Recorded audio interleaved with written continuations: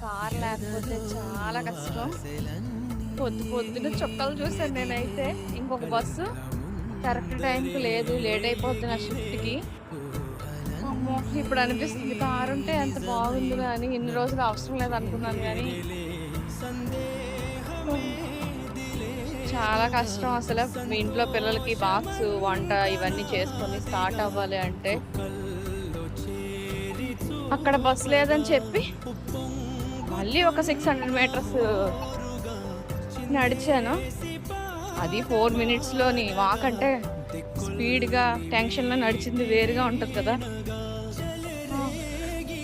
Friday వచ్చేసరికి కిచెన్‌లో అన్నీ మేనేజ్ చేయగలనా లేదా అని ఒక భయం అంటే ఎప్పుడూ ఉంటూనే ఉంటది నాకు. ఎందుకో మరి. చాలా టెన్షన్‌గా అనిపిస్తది. ఈరోజు క్యాటరింగ్స్ కూడా ఉన్నాయి. ఒక పక్క ఖాళీ చేసి, ఒక పక్క క్యాటరింగ్స్ చేయాలంటే చాలా కష్టం అనిపిస్తది నాకెందుకో మరి.